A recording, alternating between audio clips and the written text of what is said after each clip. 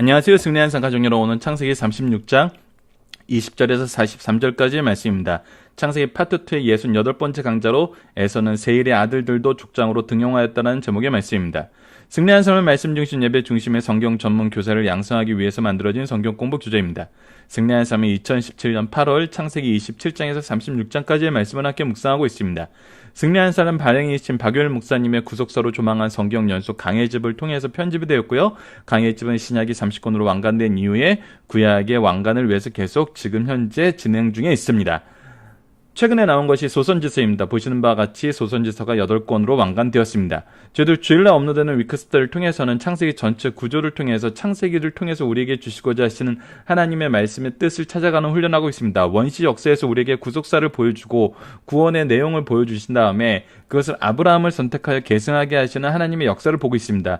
이 내용을 우리가 언약신약으로 정리를 해서 구속사를 이해하는데 이 언약신학적인 관점에서 연습을 하는 훈련을 계속하고 있습니다. 이 내용을 가지고 저희들이 이번 주에는 어떤 내용으로 묵상을 하고 있냐면 27장에서 36장까지 나타난 하나님의 언약의 성취를 다시 한번 묵상해 봅시다. 그래서 하나님이 이 언약을 성취하시면서 우리에게 보여주신 그 신실하심을 우리가 확인하고 있습니다. 그것이 아브라함의 언약으로부터 시작해서 12장, 15장, 그리고 17장, 22장, 25장, 26장, 그리고 야곱에 대한 28장 35장까지의 말씀을 함께 묵상했습니다.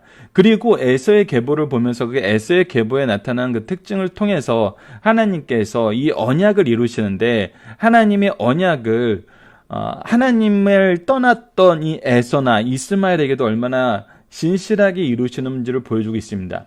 이것은 여러분들 우리가 이번 달에 함께 묵상하기로 했던 이 책이 편집된 이후에 우리가 다시 한번 강의를 시작하면서 아브라함이 이삭에게 가나안 여인들과 결혼하지 말고 하란 땅에 가서 정말 하나님을 믿는 그 믿음의 가문에서 아내를 얻으라고 한 것, 이삭이 야곱에게 그렇게 명령한 것. 그런데 왜 야곱의 12아들은 이 내용이 없을까요? 우리가 보면은 야곱의 12아들이 하란 땅에서 떠나올 때 결혼하고 나온 것 같진 않아요. 왜냐하면 야곱이 그 지역에 20년간 살면서 20년 동안 아이를 낳았기 때문에 7년을 노동을 하고 14년간 더 노동을 한 거예요. 그렇기 때문에 결혼한 이후에 처음에 태어난 아들도 14살 정도밖에 안 돼요. 그렇기 때문에 그들이 결혼을 하고 나온 것 같진 않죠.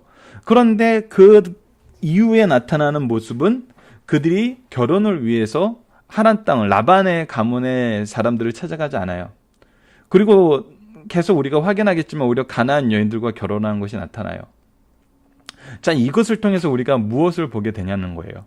자, 그 부분도 우리가 오늘 에서의 이야기를 마무리하면서 함께 다시 한번 지난 주일날 위크스터를 통해서 이 부분은 좀 더 심도 있게 나눴지만 함께 나누는 시간을 가져보도록 하겠습니다. 자, 오늘 말씀은 어제 말씀과 구분되는 지점이 어떤 부분이냐면 이 어제 말씀에서는 에서의 자손들을 통해서 에서가 이제 아다, 그의 아내 아다, 바스맛, 그리고 오홀리바마를 통해서 자녀들을 낳고 그 자녀들이 각각의 족장이 되는 것을 보고 있었어요. 오늘은 그리고 나서 에서가 이 세일 지역의 통치자가 되는 것을 볼 수 있었죠. 그리고 나서 그는 이제 어떤 삶을 사냐면 우선 에서의 결혼 자체도 여러 가나안 여인 또 이 세일 지역의 여인 그리고 이스마엘의 자녀들 중에서 이렇게 결혼을 함으로 이미 야곱에게 강조했던 이삭에게 강조했던 그 거룩한 혈통을 유지하라는 그 말씀에선 떠나 있었어요. 그리고 나서 어떤 삶을 사냐면 그가 통치자로서 세워짐을 받았을 때 그의 통치의 스타일이 어땠냐면 바로 세일 자손의 후손들 이미 이 땅에 정착하고 있던 그 사람들도 그가 족장으로 세워서 하나가 되는 삶을 살았다는 것을 보여줘요. 자, 그 내용이 바로 이제 오늘 부분이다. 오늘 부분은 이 세일의 후손으로서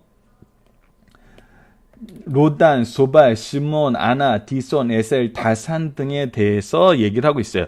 쭉 한번 말씀을 읽어보도록 하겠습니다. 그 땅 주민 호리 족속 세일의 자손은 로단과 소발과 시몬과 아나와 디손과 에셀과 디산이니 이들은 에덴 땅에 있는 세일 자손 중에 호리 족속의 족장들이라. 그러니까 호리 족속의 족장들이 이미 있었어요.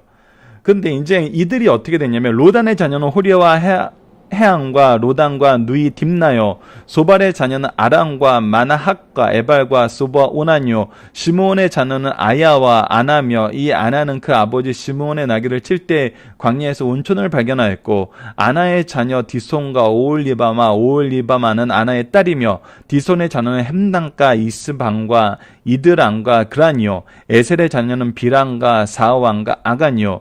디산의 자녀는 우수와 아란이니 호리 족속의 족장들은 곧 로단 족장, 소발 족장, 시므온 족장, 아나 족장, 디손 족장, 에셀 족장, 디산 족장이라. 이들은 그 족속에 따라 세일 땅에 있는 호리 족속의 족장들이었더라. 자, 보십시오. 이들도 분명히 세일 땅에서 족장으로서 살고 있었어요. 자, 계속 봅시다. 이스라엘 자손을 다스리는 왕이 있기 전에 에돔 땅에 다스리는 왕들은 이러하였으니, 그래서 이스라엘의 왕이 다스리기 전에, 왕이 생기기 전에 이 에돔 땅에는 이미 왕국들이 있었는데 부올의 아들 벨라가 에돔 왕이 되었으니 그 도성의 이름은 디나바며 벨라가 죽고 보스 사람 세라의 아들 요바이 그를 대신하여 왕이 되었고 요밥이 죽고 대만 족속의 땅을 후삼이 그를 대신하여 왕이 되었고 후삼이 죽고 부다스의 아들 곧 모압들에서 미디안 족속을 찐 하닷이 그를 대신하여 왕이 되었으며 그 도성의 이름은 아윗이며. 이것은 무엇을 보냐면 그들이 이제 어떤 이 부족의 형태를 넘어서 왕국을 열었고 그 왕국이 계승되는 것을 보여주고 있어요. 하닷은 죽고 마스레가 삼나가 그를 대신하여 왕이 되었고 삼나가 죽고 유브라데 강별 르호봇이 사울이 그들을 대신하여 왕이 되었고 사울이 죽고 악볼의 아들 바알하나니 그를 대신하여 왕이 되었고 악볼의 아들 바알하나니 죽고 하달이 그를 대신하여 왕이 되었으니 그 도성의 이름은 바오며 그 아내의 이름은 무엘다베리니 마드렛의 딸이요 메사압의 손녀더라. 자, 그러고 나서 뭐라고 정리해주면 에서에게 나온 족장들의 이름은 그 족종과 거처와 이름을 따라 나누면 이러하니 딥나 족장, 아라 족장, 예뎃 족장, 오올리바 족장, 엘라 족장, 비논 족장, 그나스 족장, 대만 족장, 밉살 족장, 막대 족장, 이람 족장이며 이들은 그 구역과 거처를 따라 에돔 족속이며 에돔 족속의 조상은 누구였더라? 에서였더라. 결국 에돔이라는 나라의 시작은 에서였고 에서가 어떻게 이 지역을 통치하냐면 그의 자녀들을 통해서 큰 족장이 나왔을 뿐만 아니라 이미 그 지역에 나와 있는 족장과도 통합정책을 펼쳐서 그들과 함께 이곳을 통치했다는 거예요. 그리고 나서 이 왕국을 세우게 되었다는 것이죠. 그래서 어제 말씀과 연결되어서 분명히 다시 한번 무엇을 보여주냐면 에서에게도 하나님께서 번영하는 축복은 허락하여 주셨다는 거예요. 그런데 그 번영의 내용에 오늘 우리가 본문 묵상하기에서 보게 되는 것은 에서는 어떻게 짧은 시간에 왕국을 세울 수 있었을까 했을 때 이들은 철저히 혼합되는 거였어요. 그 지역과 혼합, 결혼으로서의 혼합, 이것은 어떻게 보면 우리 고대 사회에 왕권을 강화하는데 가장 많이 쓰였던 방법이면 우리가 알아요. 어느 나라의 왕조나 그 왕권이 처음에 시작을 할 때는 무엇을 하냐면 그 토속 족속들과 함께 연합하는, 결혼으로 연합하여서 그 세력을 함께 나누는 그 운명 공동체가 되는 것을 선택을 하죠. 이랬을 때 굉장히 왕권이 빠르게 안정되고 그 일을 진행할 수 있어요. 하지만 그 이후에는 항상 우리 한국의 역사에서나 어느 나라의 역사에서 보는 것 같이 그 이후에는 어떻게 되냐면 그 안에서 이제 세력 다툼이 나오게 되죠. 이스라엘의 역사가 굉장히 특이한 게 뭐냐면요. 세상 일반 역사와 다르게 이 누가 왕이 되고 그 왕권을 중심으로 이 강력한 왕권이 형성되는 모습을 보면은 세상 역사와는 달라요. 사울이 왕이 되고 사울의 왕권이 이제 유다 족속의 다윗으로 넘어가는데 물론 베냐민 족속이 그 부분에 대해서 강하게 반발을 하고 이 유다 지역에서 먼저 다윗이 왕권에 대해서 왕으로서 즉위를 한 다음에 나중에 온 이스라엘 통치자로서 다시 한번 즉위하는 그 과정이 있지만 이 모든 것이 누구의 주권에 의해서 진행되는 것을 보여주냐면 하나님의 주권과 하나님의 언약과 하나님의 기름 부으심으로 이루어지는 것이 나타나요. 그래서 세상 사람들의 역사하고는 그 흐름이나 그 방법이 많이 달라요. 근데 반면에 에서의 족속은 이 세상에서의 왕권이 형성되는 것이 어떻게 해야 되는지를 가장 단면적으로 보여주죠. 근데 그것이 어떤 방법이었냐면 혼합하는 방법이었어요. 근데 우리가 이제 살펴보기 정답에서 여러분들 카페를 통해서 살펴보기 정답을 확인하시면 더 잘 나타나 있지만, 그러한 이 에돔 족속의 이 오늘 말씀은 형성을 가르쳐 준다면 그것이 이스라엘과의 관계에서 어떤 모습으로 나타났고 마지막에는 어떻게 멸망하게 되었는지를 우리가 보게 돼요. 결국은 이 에돔 족속은 그래도 이 역사상에서, 역사의 흐름 속에서 굉장히 오랜 시간 이스라엘과 함께하였고 그 굉장히 오랜 시간 남아있는 족속 중에 하나예요. 그래서 이 에서의 왕국을 우리가 보면서 이스라엘의 왕국을 비교해 보면은 이 구속사를 의지하고 하나님의 언약을 의지하는 민족과 그렇지 않았던 민족의 흥망성쇠가 어떠했는지를 보게 돼요. 이것은 결국은 세상적인 방법, 세상적인 어떤 통치 원리, 세상적인 성공의 원리를 따라가지만 그것이 지금 이렇게 우리가 보여주는 것처럼 야곱은 여전히 애굽에 가서도 이 노예로서 그냥 한 가문으로서의 위치밖에 차지하지 못하는데, 에서의 이 족속들은 이미 이 이스라엘이 출애굽을 하여서 가나안 땅에 들어갈 때도 이미 왕국의 모습을 가지고 굉장히 강력한 모습을 가지고 있었던 것이 기록되어 있어요. 그러니까 이 성장 과정과 발달 과정을 보면은 절대 따라갈 수 없을 만큼 빠르게 발전했던 걸 볼 수 있어요. 그러면 우리가 이것을 이제 비교를 해봐야죠.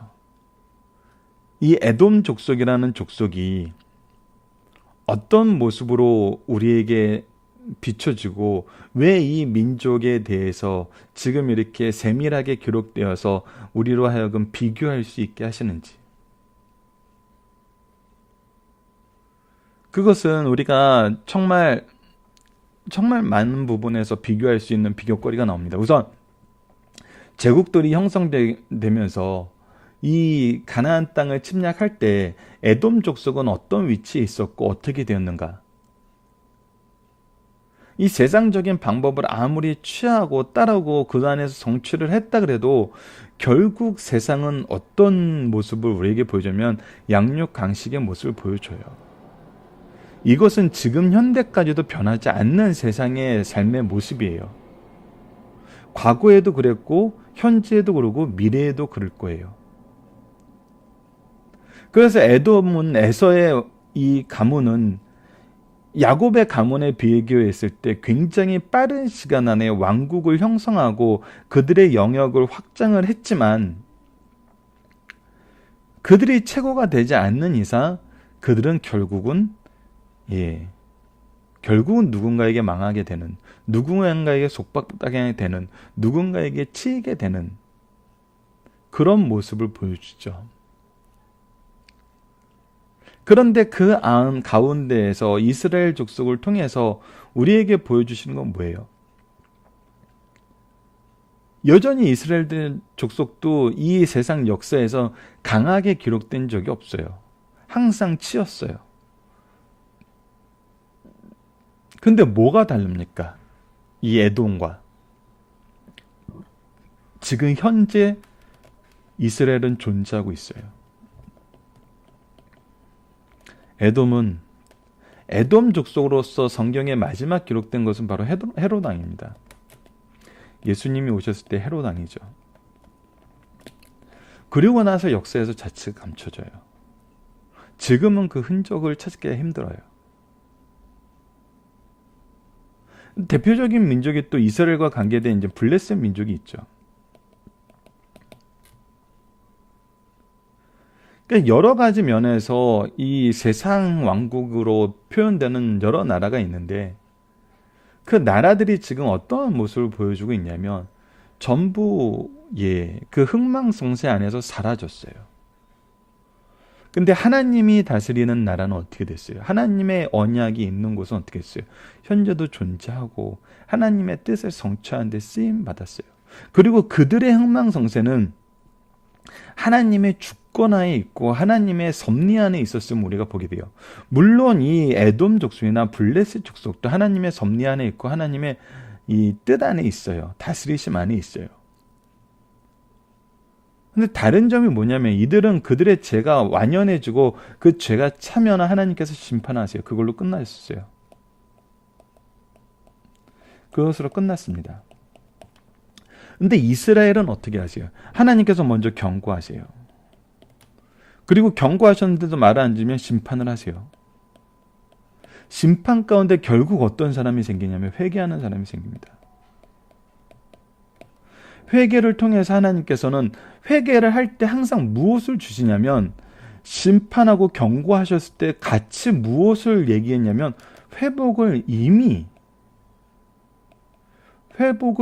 먼저 준비하심을 깨닫게 하면서 회개케 하세요. 대표적인 말씀이 뭡니까? 다니엘서 9장이죠.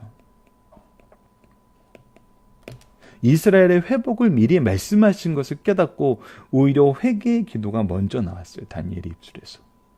그리고 하나님의 이 은혜의 통치를 찬양하는 찬양이 나오게 되죠. 그리고 그분의 일하심을 주여 주여 주여 하면서 외치게 되는 것이 바로 다니엘서 9장에 나타난 그의 기도문입니다. 그래서 결국은 하나님을 떠난 세상 사람들에 대해서는 하나님의 신실하심 안에서 하나님의 언약 안에서 그들에게 축복을 주시지만 무엇도 하세요? 그들의 죄에 대한 심판도 반드시 하세요. 그런데 이 은혜를 의지하고 은혜를 인정하는 사람들에게는 하나님의 이 은혜 언약 안에서 항상 회복시키시고 다시 사용해 주신다는 거예요.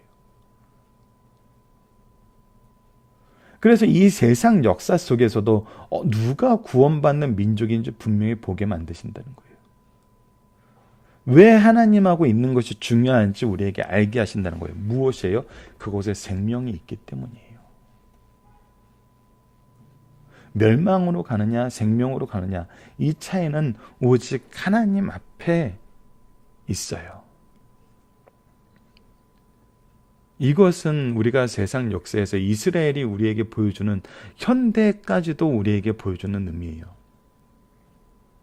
현재까지도. 여러분들 이 세상이 얼마나 신앙생활하기 힘든 세상인지 여러분 아시죠?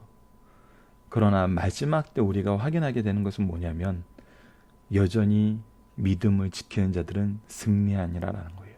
그것이 계시록에서 우리에게 가르쳐주는 핵심이죠. 그래서 모든 것을 준비하시고 함께 하시고 결과를 이루신 구속의 역사를 하나님께서 이미 성취하시고 우리를 그 안에 있게 하신다는 거예요. 그렇기 때문에 두려워 말라, 좌우로 치우치지 말라, 이 말씀에 따라서 하나님과 함께하라라는 것이 우리의 삶의 모습인 것을 이 에서의 민족을 통해서 이 에서의 민족을 이번에 이렇게 자세하게 소개함을 통해서 우리가 앞으로 계속 비교할 수 있게 만들어 놓으신 겁니다. 자, 두 번째입니다. 이삭이 에서에 대해서 말한 것은 성취되었나요? 자, 그의 아버지 이삭이 그에게 대답하되, 자, 야곱에게 그 축복권을 뺏겼다고 생각한 에서가 아버지에게 자기에게 그래도 남은 축복을 주십시오라고 했을 때 이렇게 얘기하잖아요. 그 아버지 이삭이 그에게 대답하는데 내 주소는 땅의 기름짐에서 멀고 내리는 하늘 이슬에서 멀 것이며 너는 칼을 믿고 생활하겠고 내 아우를 섬길 것이며 내가 매임을 벗어날 때에는 그 멍에를 내 목에서 떨쳐버리라 하였더라. 자, 결국 이 말씀대로 그는 기름진 가나안 땅에서 가나안 평야에서 산 것이 아니라 세일 광야 쪽에서 살아요. 그리고 이 사람들은 힘으로 다스리는 나라였어요. 여러분들 이 역사상 이거 질이랑도 굉장히 연관이 많은데 이 목촌 이 평야 지역에 사는 사람들은 호전적이지 않아요. 왜냐하면 그들이 수고하는 수 있는 영역이 있어요. 농사를 짓든지 목축업을 하든지 여러 가지 할 수 있는 일이 많아요. 근데 이 광야에 살거나 사막에 있는 사람들이 굉장히 호전적인 이유는 그들이 환경적인 면에서 빼앗으면서 살 수밖에 없기 때문이에요. 근데 이것을 또 좋아하는 사람도 있어요. 왜? 남이 열심히 수고하여 1년간 수고한 거 한 번에 단칼에 뺏어가잖아요. 그러니까 이것이 정말 안타까운 일인데 에서의 삶이, 에서의 족속의 삶이, 에돔의 삶이 이러했다는 거예요. 이거에 오히려 가까웠다는 거예요. 그래서 너는 칼을 믿고 생활하겠고 라고 얘기한 대로 그는 지금 강력한 이 군사력으로 이 에돔 족속을 시작하고 통합했던 것을 보게 됩니다. 자, 마지막 중심사상, 이 36장의 중심사상 마지막 부분의 중심사상을 보도록 하겠습니다. 세상에서도 전쟁보다 평화의 힘이 강하다. 에서는 장자권을 팔았으므로 조상으로부터 오는 축복을 상실하였다. 그러나 그는 헷 족속, 호리 족속 등과 결혼함으로 연합하였다. 특별히 에돔 지역 호리 족속 등의 힘으로 정복한 후 결혼을 통해서 흡수하기보다는 통합하였어요. 자기 종족과 원주민 종족도 같이 종족이 되게 한 후 자기 아들 손자뿐 아니라 원주민 종족도 족장이 되게 하였어요. 이는 평화의 사람이 이삭의 평화와 화해의 정신을 배워 실천한 것이다. 그러나 선민의 특성은 이 일로 인하여 완전하게 소멸되었어요. 예, 이 통합 정책이 오히려 선민의 이 거룩함을 유지하는 데는 오히려 마이너스가 되었다는 거예요.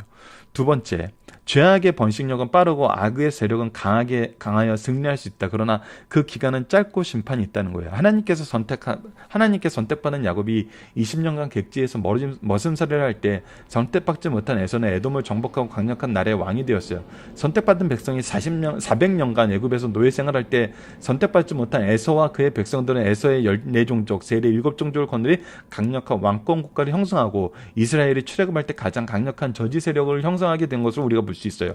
야곱과 에서를 비교해 볼 때 세상에서 죄의 번식력은 그 무엇보다도 빠르고 악의 세력은 강하게 승리하는 것을 우리가 보게 돼요. 그러나 그 기간은 짧고 반드시 하나님의 공의로운 심판을 받게 된다는 거예요. 우리에게 에서의 종족의 형성을 이렇게 자세히 얘기해 주는 것은 비교해 보라는 거예요. 주목해 보라는 거예요. 만장과 3번입니다. 악인들이 이 땅에서 자기를 거처를 가지고 있으나 소망의 나라는 갖지 못한다는 거예요. 에서와 그의 후손수는 승승장구하면서 거칠 것이 없었어요. 악한 자들과 함께 통원하고 협력하여 가시적인 평화를 수백 년간 누리고 있었어요. 그러나 그 기간은 장구하지 못하며 그들은 우리에게 주신 영원한 소망의 나라는 갖지 못하게 된다는 거예요. 결국 무엇이 없냐면 생명이 없게 된다는 거예요. 일시적인 걸로 끝난다는 거예요. 여러분들, 이것은 세상 역사에서 보여주는 굉장히 중요한 교훈입니다. 여러분, 되게 이상하지 않아요? 우리가 유럽의 그 통일 왕국을 형성했던 대표적인 나라들이 있죠. 아수르 제국이 있고 바벨론 제국이 있고 거칠 것이 없던 알렉산더 제국이 있고 그리고 로마 제국이 있어요. 근데 그 통치의 원리나 내용에서 지금까지도 계속 회자되고 그것의 유업이 남아있다고 보는 것은 엄밀히 말하면 로마가 가장 크거든요. 물론 시기가 굉장히 긴 것도 있었어요. 근데 그 시기가 길어지는 그 터닝 포인트가 어디였냐면 물론 그것이 이 로마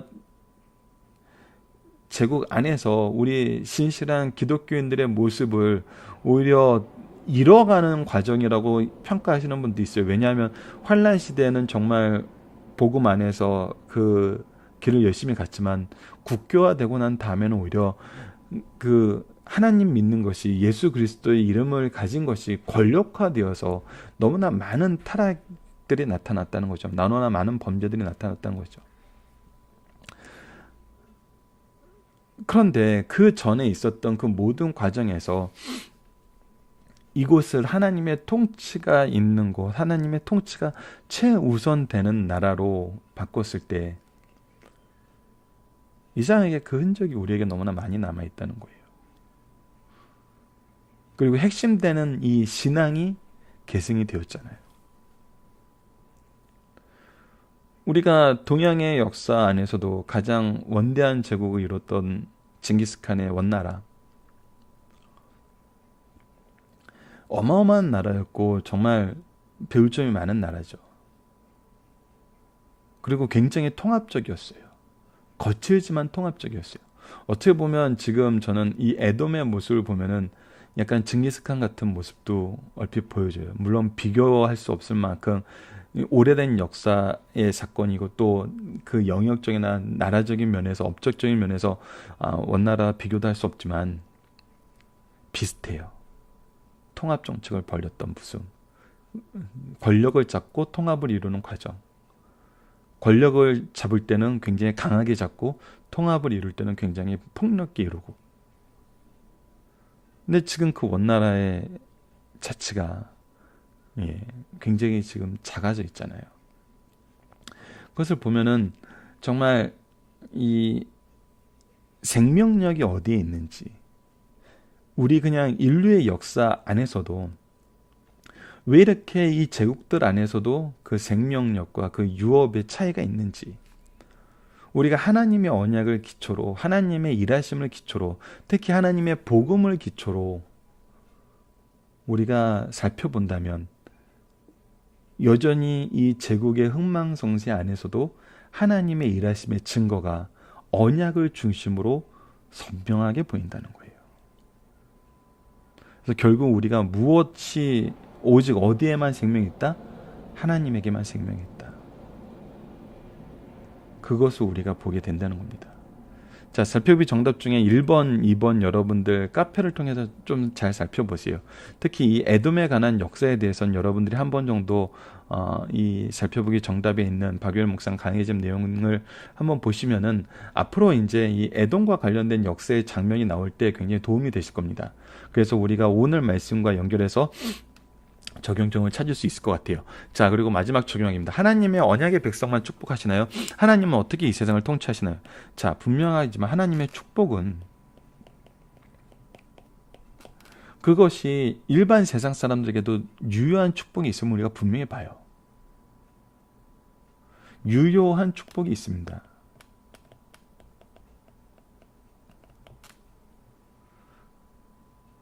이 부분은 우리가 인식을 해야 돼. 이해를 해야 돼요. 그리고 어찌 보면은 세상 사람들도 이렇게 정말 그런 경우가 있어요. 여러분들 성경에서 대표적인 우리가 이제 다음 달에 요셉에 대해서 보지만 요셉의 바로를 보면요. 바로가 요셉을 대하는 모습, 요셉을 통해서 하나님을 발견하고 하나님의 일꾼으로서 요셉을 대하는 태도를 보면은 어떻게 보면 우리를 부끄럽게 만들어요. 하나님 일을 하는 사람을 바로가 요셉을 대하는 것처럼 대해본 적이 없는 것 같아요. 믿는 사람들 안에서. 이거는 또 더 구체적으로 어떻게 나왔냐면 일반 세상 사람들도 성경에서 말하는 정말 중요한 교훈, 우리보다 더 감동하고 더 잘 지켜요. 실제로 그 축복을 받아요. 근데 우리는 이 모든 것을 너무나 소중하게 여기지 못해요. 오히려 양심이나 이 영성이 더 굳어져 가는 것 같아요. 여러분, 이 부분도 역사를 보면 드러납니다.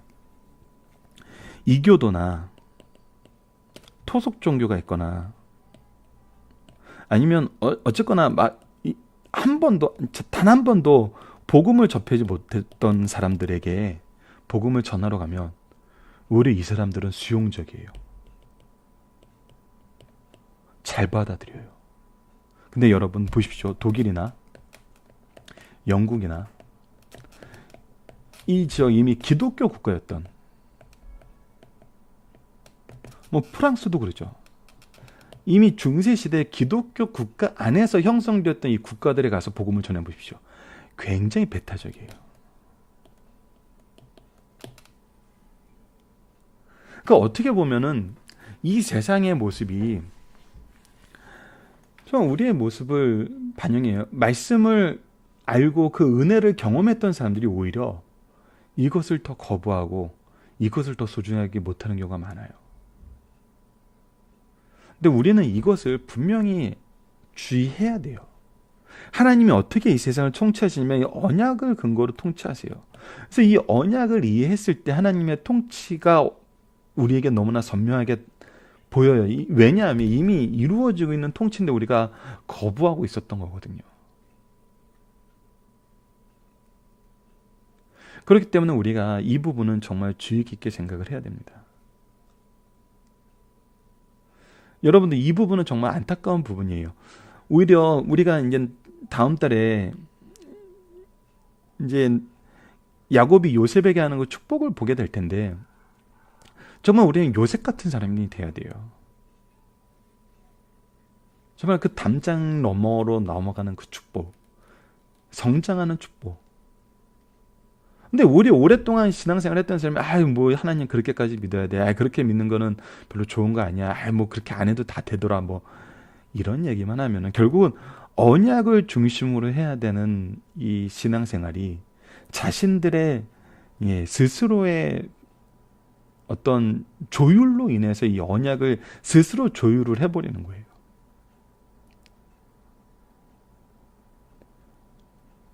근데 그것을 우리가 단편적인 원인으로 무엇을 제시할 수 있냐면 이것을 착각해 하나님의 오래 참으심, 하나님의 은혜, 하나님의 오래 참으심과 은혜로 인해서 우리가 하나님께서 유예하고 계시는 것을 우리가 이것은 죄가 아니구나라고 잘못 착각하는 경우가 많아요. 근데 그것이 잘못이고 그것이 죄라는 것을 하나님의 말씀을 통해서 언약을 통해서 성경을 통해서 우리에게 분명히 보여주셨거든요. 이스라엘 민족을 통해서 확인시켜 주셨거든요.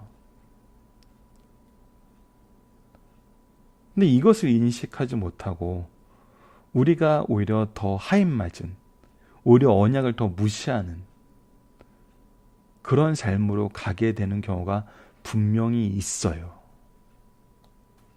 그래서 우리는 그것을 주의해야 돼요. 이런 언약을 무시하는 삶의 최고봉을 보여준 것이 누굽니까? 바로 예수님 시대 유대인들이었죠. 예수님을 죽이는 데까지 거역을 했으니까요. 그러니까 이 일은 항상 우리에게 지금 정말 현실적으로 존재하는 죄악들이에요. 이것을 주의해야 돼요. 하나님이 세상을 통치하신 것을 볼 때 우리가 가장 주의해야 되는 것은 무엇이냐면 우리가 이 언약을 잘못 해석하는 거예요. 자, 그런 관점에서 아까 이 서두에서 잠깐 말씀드렸던 것처럼 이 왜 야곱의 아들들에게는 이 결혼을 중요한 내용으로 우리에게 왜 선언을 안 하셨을까?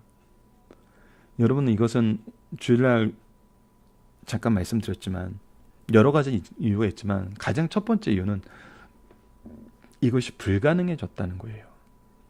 환경적으로 불가능해졌을 뿐만 아니라 이제 우리가 다음 달에 유다의 경우를 보게 되는데 더 이상 그런 신앙의 경건성을 유지할 수 있을 만큼 우리의 삶이 하나님 앞에 온전해지지 못함을 드러내요.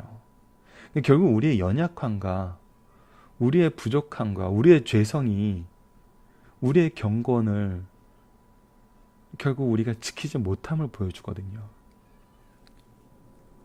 근데 야곱의 축복을 통해서 12아들에게 선언한 그 내용을 보면은 그럼에도 불구하고 하나님께서 어떻게 하신다? 우리를 사랑하신다. 우리를 통해서 역사하신다. 우리를 통해서 일하신다. 우리를 하나님께서 쓰신다 하신 사실이에요. 결국 우리는 하나님께서 이 세상을 통치하시고 우리를 인도하시는 걸 통해서 무엇을 보냐면 하나님의 은혜를 봐요. 아니, 계약을 어겼는데 하나님과의 약속을 못 지켰는데 그래도 하나님께서는 우리를 통해서 일하세요. 그래서 우리가 이 은혜 앞에서 무엇을 못해요? 자랑하지 못해요. 왜 교회에서 가장 중요한 이 내용이 겸손인지, 이 은혜를 바로 이해하고 언약 안에서 우리의 연약함, 죄를 바로 인식하고 이 죄 속에서 우리를 인도하신 하나님의 은혜를 온전히 우리가 경험했다면 겸손할 수밖에 없어요. 이 겸손할 수밖에 없는 이 신앙은 무엇으로 이어지냐면 바로 제사장적인 신앙으로 나의 죄를 먼저 고백하고 다른 사람의 죄를 위해서 중보하는, 애통할 줄 아는 제사장적 신앙으로 연결돼요. 그래서 우리가 기도하는 자가 되고 사랑의 수고를 하는 자가 되게 된다는 거예요. 비난하는 자가 되지 않아요. 우리가 재판관이 될 수 없는 존재라는 걸 알아요. 결국 누구를 비난할 때 가장 많이 범하는 죄가 뭐냐면 스스로의 의를 자랑하는 거예요. 너무나 많이 이것이 반복돼요. 그래서 우리가 결국 이 결혼제도 안에서도 이 야곱의 12자녀를 축복하는 것 안에서도 우리는 결국 무엇을 보게 되냐면 이 결혼제도를 유지하지 못함으로 하나님께서 심판하시고 그들을 아예 심판 가운데서 내버려 두신 것이 아니라 그럼에도 불구하고 어떻게 하셨다? 그들을 통해서 12지파를 이루게 하셨다. 하나님께서 이스라엘이라는 나라를 형성하게 하셨다. 이것이 무엇이다? 하나님의 은혜다. 우리는 무엇 안에서 사는 사람이다? 하나님의 은혜 안에서 사는 사람이다. 그렇기 때문에 우리가 항상 간구해야 되는 거, 나는 나의 자녀들이 믿는 배우자를 못 얻었어요. 어떻게 해야 돼요? 이삭이나 야곱의 경우를 보면 너무나 큰 일인데 여러분들 아니에요. 그럼에도 불구하고 하나님의 은혜는 여러분을 통해서 그 가문을 회복시키시고 이 여러분들이 이 하나님의 언약을 계승하려고 할 때 반드시 계승할 수 있는 은혜와 능력을 허락해 주신다는 겁니다. 이것을 위해서 우리가 가져야 되는 것이 무엇이에요? 바로 제사장적 신앙이라는 겁니다. 기도하고 애통하면서 복음의 통로가 돼야 됩니다. 은혜의 통로가 돼야 됩니다. 그랬을 때 우리는 하나님의 은혜가 이미 준비된 대로 우리에게 임하는 것을 확인하게 된다는 것입니다. 자, 말씀을 기초로 기도하기를 통해서 마치겠습니다. 하나님, 주신 언약은 반드시 성취하셔서 신실하심과 공의를 통해 참된 믿음을 소유하게 하심을 감사합니다. 우리가 언제나 주의 통치를 바르게 이해하게 하여 주소서. 그래야 우리가 성급하게 하나님의 심판을 선언하거나 하나님의 공의를 의심하는 시험에 스스로 빠지지 않게 하시고 언제나 긍휼하시고 인자가 많으시며 구원의 사역을 통해 영광 받으시는 하나님을 찬양하는 삶을 살게 하여 주소서. 예수님 이름으로 기도드립니다. 아멘.